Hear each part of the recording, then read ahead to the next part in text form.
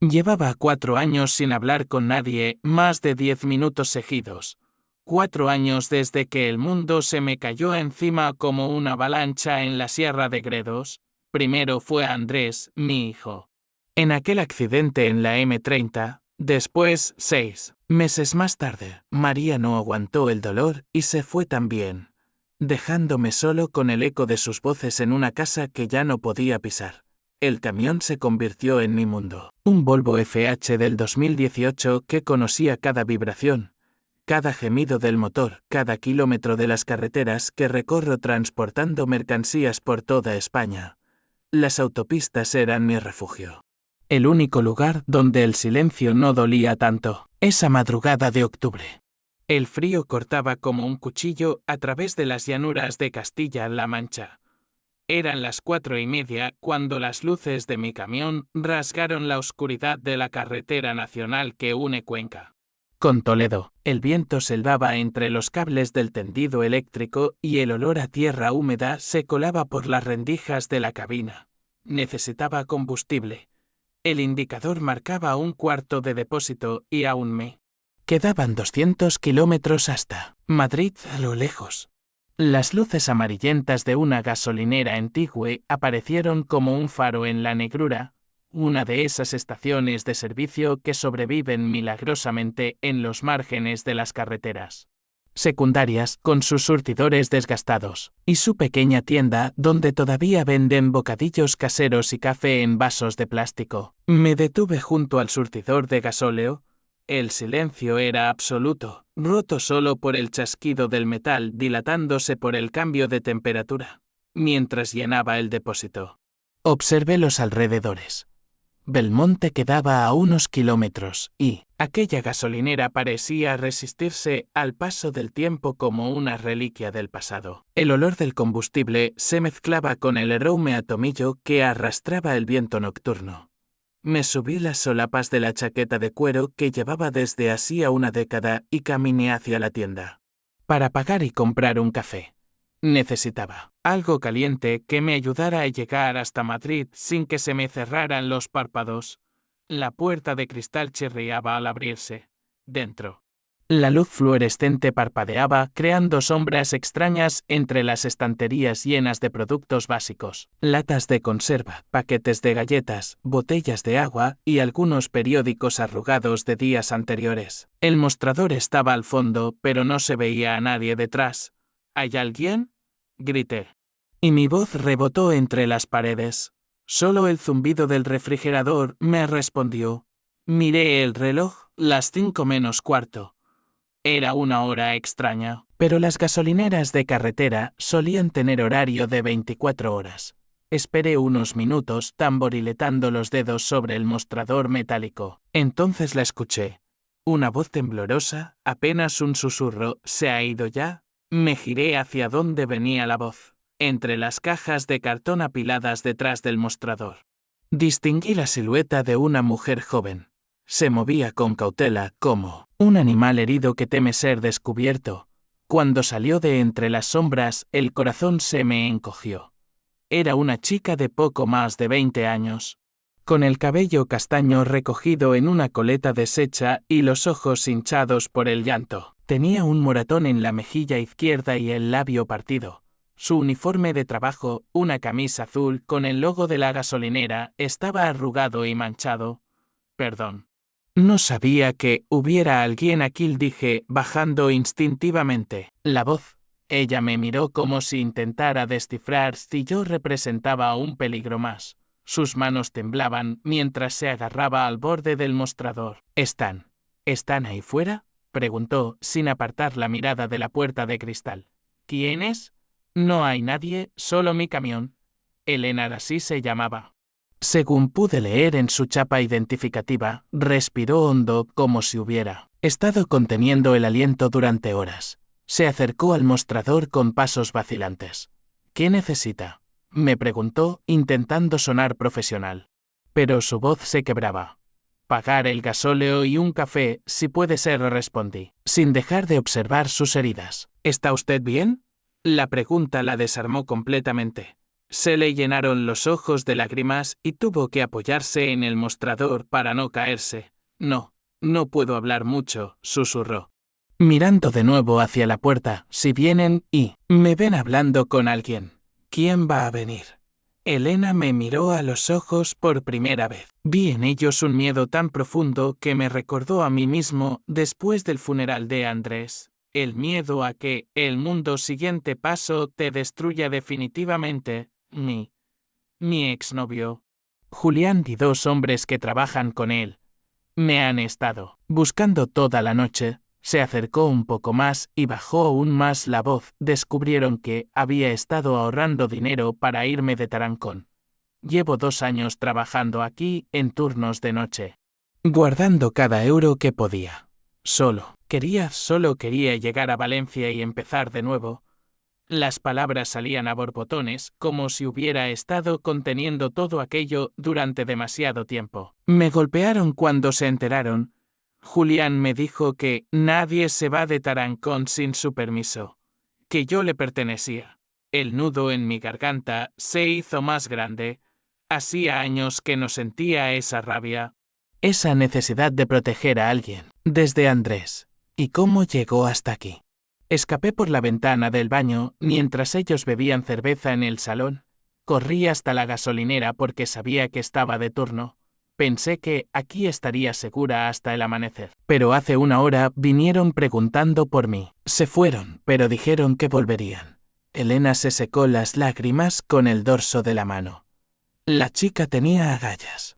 Eso era evidente. No cualquiera escapa por una ventana en mitad de la noche y aguanta horas escondida esperando que amanezca. ¿Tiene familia? ¿Alguien que pueda ayudarla? Mis padres murieron cuando tenía 18. Solo tengo una tía en Valencia. Pero no he hablado con ella en años.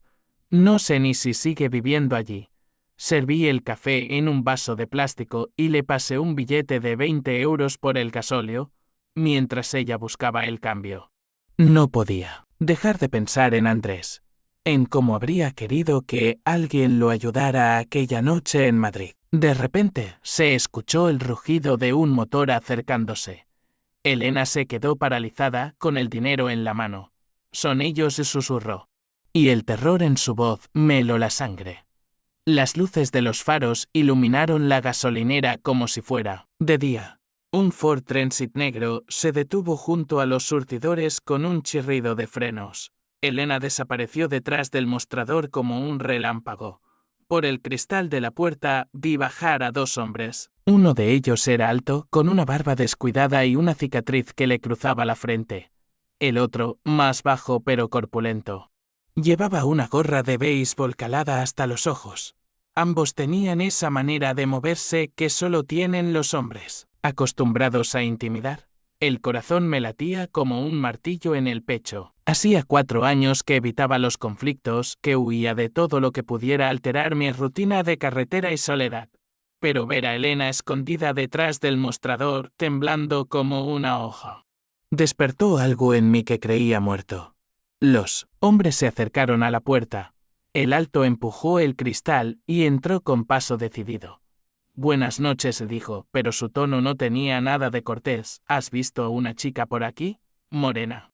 24 años, trabaja en una gasolinera. No respondí, sosteniéndole la mirada. Solo estoy yo repostando. El hombre de la gorra se acercó más al mostrador. Sus ojos recorrieron cada rincón de la tienda. ¿Seguro? Porque nos han dicho que trabaja en una gasolinera de esta zona.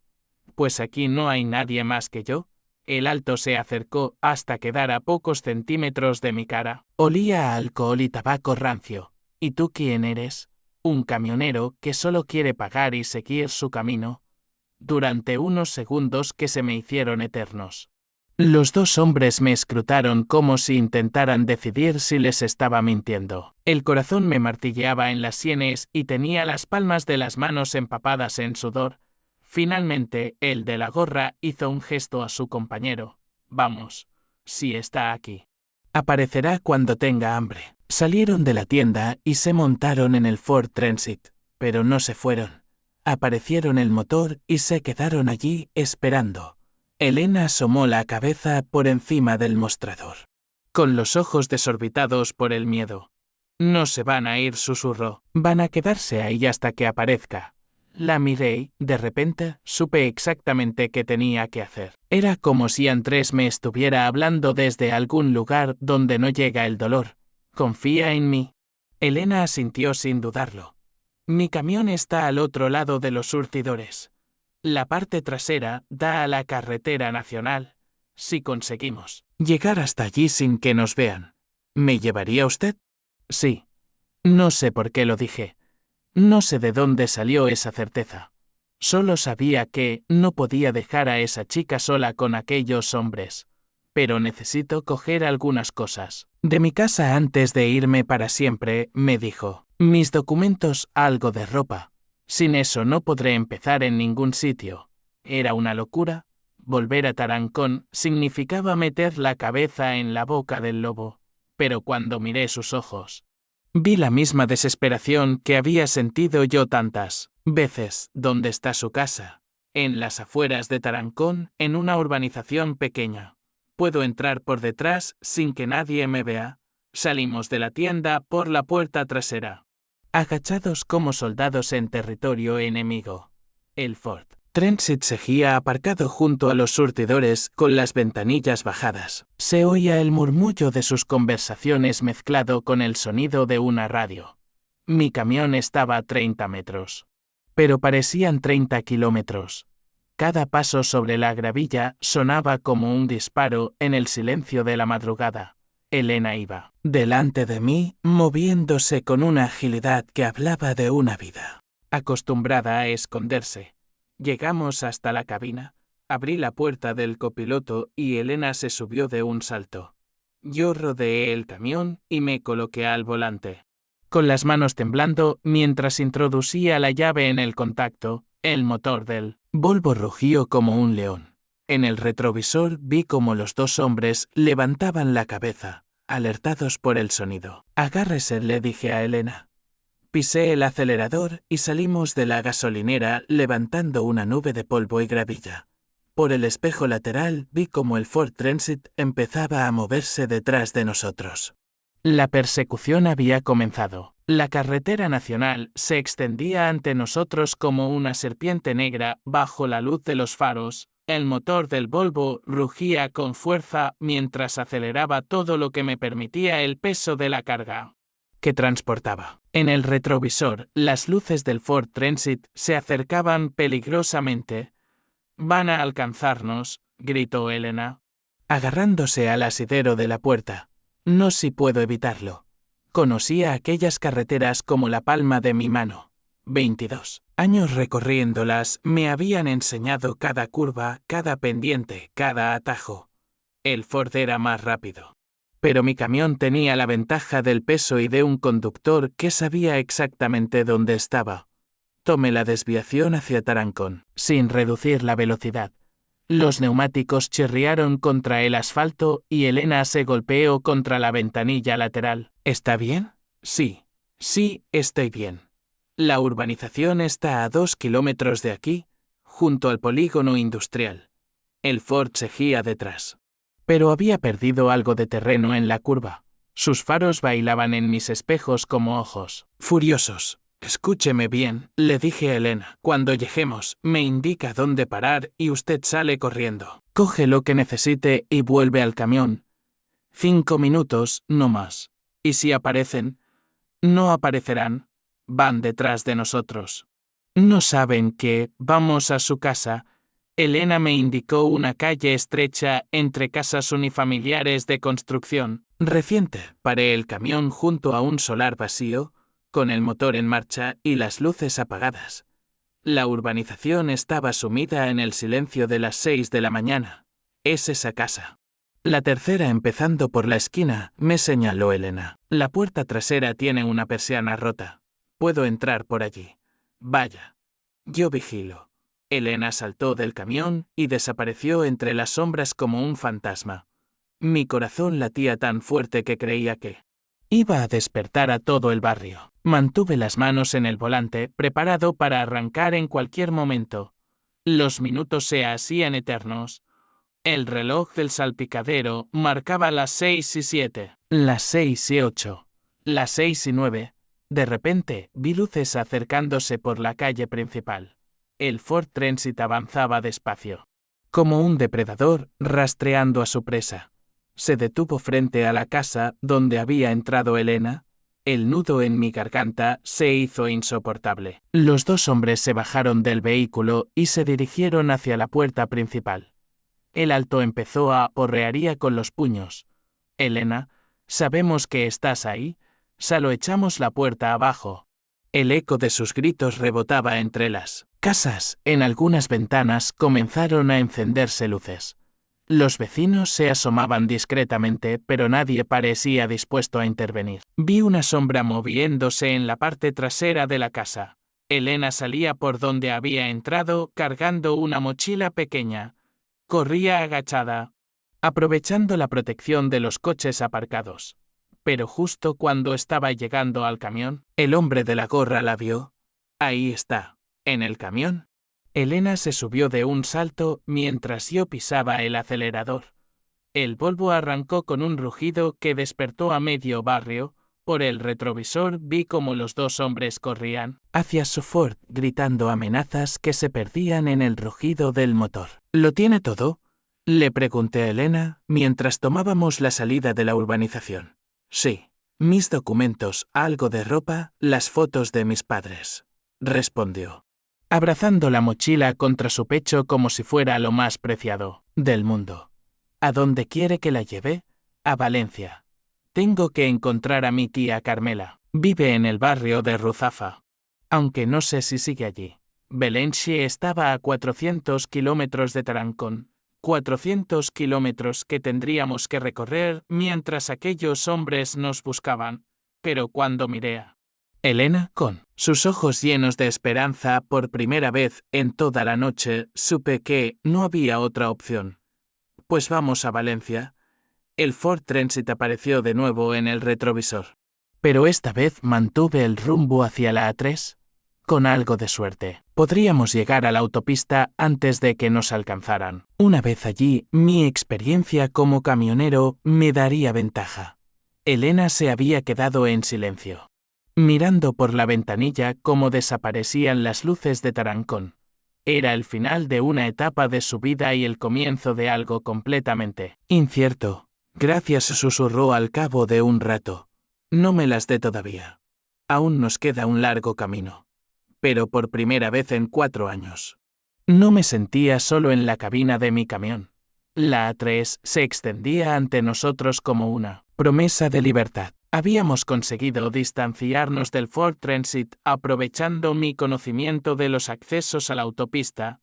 Los primeros rayos del sol empezaban a asomar por el horizonte, tiñendo de naranja las llanuras de Castilla-La Mancha. Elena se había quedado dormida en el asiento del copiloto, abrazada a su mochila, su rostro relajado por el sueño. Mostraba lo joven que era realmente. Las heridas de la cara habían empezado a adquirir ese color amarillento que indica que están curando, pero aún se veían dolorosas. Mientras conducía, no podía evitar preguntarme qué estaba haciendo. Hacía 4 años que mi vida se había reducido a una rutina simple: conducir, descargar, dormir. Volver a conducir. No me complicaba con los problemas de nadie. No establecía vínculos, no me arriesgaba a sufrir otra pérdida. Y de repente, allí estaba, transportando a una desconocida hacia Valencia, huyendo de unos hombres que no dudaban en usar la violencia. Pero cada vez que la miraba, veía algo que había perdido hacía tiempo, la posibilidad de que las cosas cambiaran. Elena se despertó al pasar por Motilla del Palancar. Se incorporó en el asiento, desorientada. ¿Dónde estamos? Camino de Valencia. Llevamos 2 horas conduciendo y no hemos visto rastro de sus perseguidores. Elena se estiró y miró por la ventanilla. El paisaje había cambiado, las llanuras daban paso a colinas cubiertas de pinos y olivos. No puedo creer que esté realmente saliendo de allí, murmuró. Llevaba 2 años soñando con este momento. Pero pensaba que nunca tendría el valor de hacerlo. ¿Cómo conoció a ese hombre? Elena suspiró profundamente antes de responder. Julián era 5 años mayor que yo cuando mis padres murieron en el accidente. Él parecía la única persona que se preocupaba por mí. Al principio era cariñoso, protector, pero poco a poco se fue volviendo posesivo. No me dejaba salir sola, controlaba mis horarios. Revisaba mi teléfono. Hizo una pausa para secarse una lágrima que había empezado a resbalar por su mejilla. Cuando empecé a trabajar en la gasolinera, pensé que podría ahorrar dinero e irme. Pero Julián tiene amigos en todas partes. En Tarancón es imposible hacer algo sin que él se entere. ¿Y su tía de Valencia? Carmela es hermana de mi madre. Se fue de Tarancón cuando yo era pequeña porque no soportaba lo cerrado que era todo allí. Mis padres dejaron de hablar con ella porque decían que había abandonado a la familia. Pero yo la recordaba como una mujer libre. Independiente, siempre pensé que, si conseguía llegar hasta ella. Elena no terminó la frase, pero no hacía falta. Los dos sabíamos que aquella tía era su única esperanza de empezar una nueva vida. Paramos a desayunar en una área de servicio cerca de Cuenca. Elena se puso unas gafas de sol y una gorra que llevaba en la mochila para disimular las heridas de la cara. Mientras tomábamos café y bocadillos en una mesa de plástico, me contó más cosas sobre su vida. Había estudiado auxiliar administrativo. Pero en Tarancón no había muchas oportunidades de trabajo. La gasolinera era lo único que había encontrado, y los turnos de noche le permitían evitar las miradas curiosas de los vecinos que conocían su situación con Julián. Siempre quise estudiar enfermería, me confesó, pero necesitaba dinero para pagar la matrícula y mantenerme mientras estudiaba. En Valencia hay universidades, hospitales. Seguro que hay más oportunidades. Elena sonrió por primera vez desde que la había conocido. Era una sonrisa tímida, pero llena de esperanza. ¿Y usted? ¿Siempre ha sido camionero?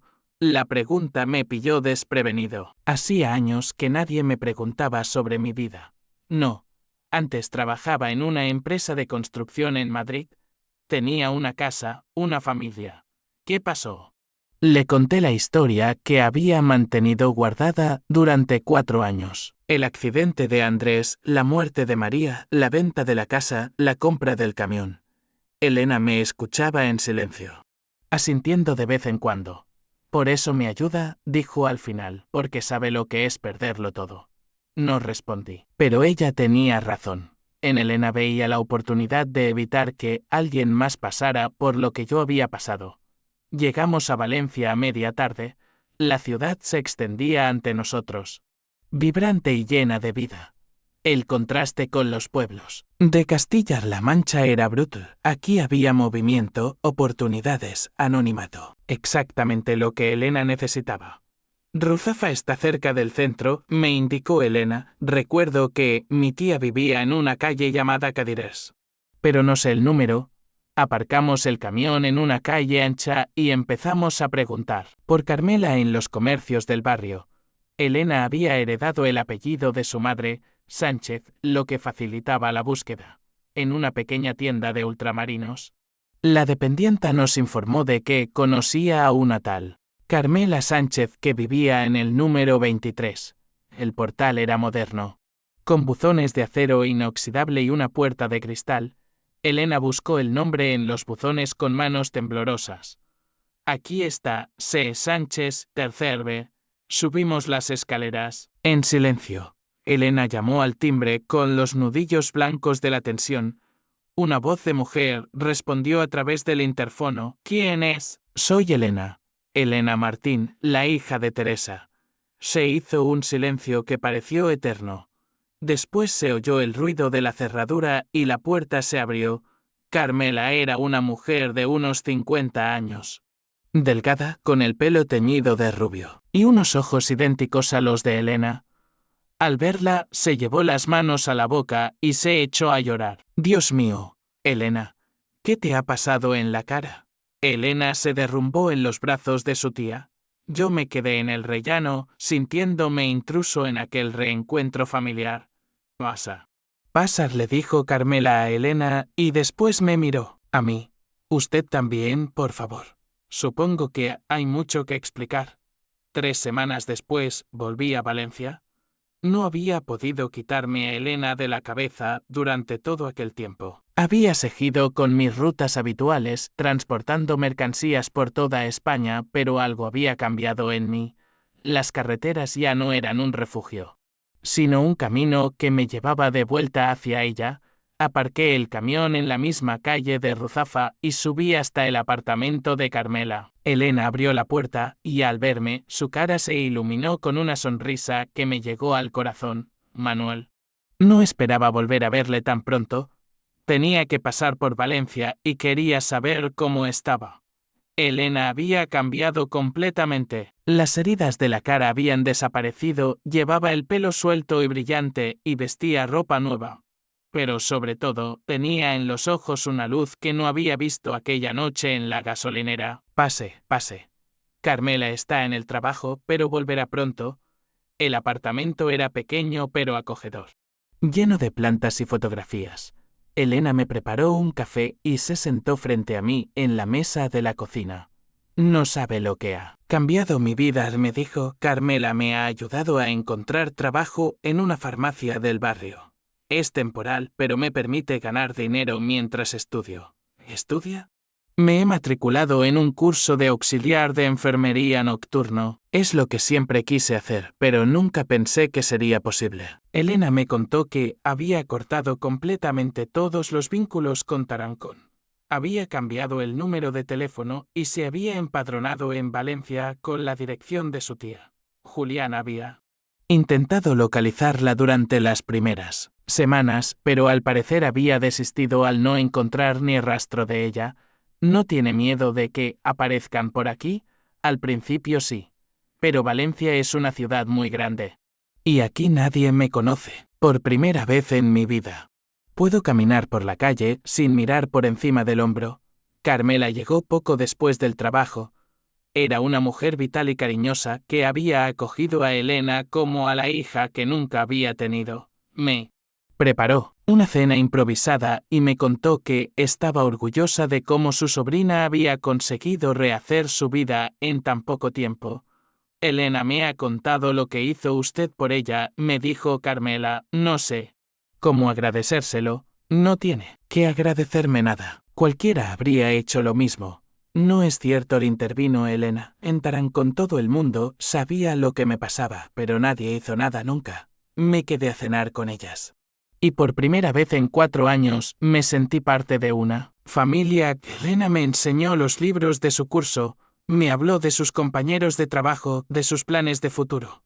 Tenía toda la vida por delante. Y ahora tenía las herramientas para construir la vida que siempre había soñado. Cuando me levanté para irme, Elena me acompañó hasta la puerta. Manuel, quiero preguntarle algo, pero no sé cómo hacerlo. Dígamelo. ¿Por qué no se queda? Digo, ¿por qué no busca un trabajo aquí en Valencia? ¿Podría empezar una nueva vida como yo? La pregunta me sorprendió. Pero también me hizo reflexionar sobre algo que había estado rondando mi cabeza durante semanas. No sé si estoy preparado para eso. ¿Cuándo se está preparado para cambiar de vida? Yo tampoco lo estaba aquella noche en la gasolinera, pero usted me ayudó a dar el primer paso. Elena tenía razón. Durante 4 años había usado el camión como una forma de huir del dolor. Pero tal vez había llegado el momento de enfrentarlo de otra manera. Lo pensaré, le dije. Prométame que lo pensará de verdad. Su lo prometo. 2 meses después. Volví a Valencia. Esta vez no era solo de paso. Había vendido el camión y había encontrado trabajo en una empresa de transportes de la ciudad. Carmela me había ayudado a encontrar un pequeño apartamento a pocas calles del suyo. Elena estaba esperándome en la parada del autobús cuando llegué con mis 2 maletas y una caja de cartón que contenía todo lo que había decidido conservar de mi vida anterior. ¿Lo ha hecho de verdad?, gritó corriendo hacia mí, con los brazos abiertos. La abracé como habría abrazado a Andrés, sintiendo que algo en mi interior se curaba definitivamente. Elena había terminado su curso de auxiliar de enfermería con las mejores notas de su promoción y ya trabajaba en el Hospital La Fe. Tenía novio un chico llamado David que había conocido en las clases nocturnas y había empezado a estudiar el grado completo de enfermería los fines de semana. ¿Estás seguro de esta decisión?, me preguntó mientras caminábamos hacia mi nuevo apartamento. Nunca he estado más seguro de nada en mi vida. Los primeros meses en Valencia fueron difíciles. Tuve que acostumbrarme a vivir en una ciudad después de años de carreteras y paisajes cambiantes. Pero poco a poco empecé a crear nuevas rutinas, a conocer gente, a sentir que pertenecía a algún lugar. Elena y yo nos convertimos en una especie de familia elegida. Ella era la hija que había perdido. Y yo era el padre que ella nunca había tenido realmente. Cenábamos juntos los domingos en casa de Carmela, celebrábamos los cumpleaños, compartíamos las pequeñas victorias y los momentos difíciles. Un día, 6 meses después de mi llegada a Valencia, Elena me llamó muy nerviosa al trabajo. «Manuel, ¿puede venir al hospital? ¿Ha pasado algo?». Corrí hasta el Hospital La Fe con el corazón en un puño, temiendo lo peor. Pero cuando llegué, Elena me recibió con una sonrisa radiante. «David me ha pedido que me case con él», me susurró, enseñándome un anillo sencillo pero bonito. Y quería preguntarle si querría acompañarme al altar. Como si fuera mi padre. Se me llenaron los ojos de lágrimas. No podía hablar. Así que simplemente la abracé mientras los pacientes y enfermeras del hospital nos miraban con sonrisas cómplices. La boda se celebró un año después, en una pequeña iglesia del barrio de Ruzafa. Elena estaba preciosa con un vestido sencillo que había elegido Carmela. Cuando la acompañé hasta el altar y puse su mano en la de David, sentí que el círculo se cerraba. Ya no era el hombre roto que había encontrado a una chica asustada en una gasolinera perdida de Castilla-La Mancha. Era alguien que había aprendido a vivir de nuevo. Después de la ceremonia, Elena y yo bailamos el vals padre-hija mientras los invitados nos observaban emocionados. Mientras dábamos vueltas en la pista de baile, ella me susurró al oído: «Gracias por no dejarme atrás aquella noche. Gracias a ti por enseñarme que todavía podía cuidar de alguien». Ahora, 3 años después, trabajo como supervisor de logística en una empresa de Valencia. Elena terminó la carrera de enfermería y trabaja en pediatría del mismo hospital, donde empezó como auxiliar. Tiene una niña de 2 años que me llama abuelo Manuel y viene a merendar a mi casa todos los miércoles, a veces cuando manejo los horarios de los camioneros de mi empresa. Pienso en aquella madrugada de octubre en la gasolinera de Belmonte. Pienso en cómo un simple gesto de humanidad puede cambiar 2 vidas para siempre. Ayer Elena me enseñó una fotografía que había encontrado entre las cosas de su madre, Carmela, Teresa y ella cuando era pequeña en una feria de Tarancón. Las 3 sonreían bajo las luces de colores de los coches de choque. ¿Sabes qué es lo más extraño?, me dijo. Durante años pensé que huir significaba perder mi pasado, pero ahora me doy cuenta de que Will me permitió recuperarlo. Solo cuando estuve segura pude volver a recordar a mis padres sin dolor. Anoche, antes de dormir, miré por la ventana de mi apartamento las luces de Valencia extendiéndose hasta el mar. Ya no echo de menos las carreteras infinitas ni la soledad de la cabina. He aprendido que el hogar no es un lugar al que vuelves, sino las personas que eliges para construir una nueva vida. Mañana es miércoles. Elena vendrá con la pequeña Carmen a merendar galletas y a contarme cómo le ha ido en el hospital. Y yo le contaré cómo mis camioneros han llegado todos puntuales a sus destinos, porque ahora entiendo que mi trabajo no es solo mover mercancías de un lugar a otro, es ayudar a que las personas lleguen a donde necesitan estar. Como aquella noche, cuando 2 vidas rotas se encontraron en una gasolinera perdida y decidieron que merecía la pena intentarlo una vez más.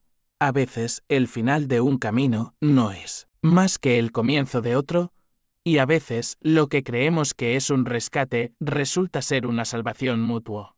En las carreteras de España, entre el rugido de los motores y el silencio de las madrugadas, Las vidas se cruzan cuando menos lo esperamos. Y si tenemos suerte, si somos valientes, esos encuentros casuales se convierten en la historia más importante que jamás hayamos vivido.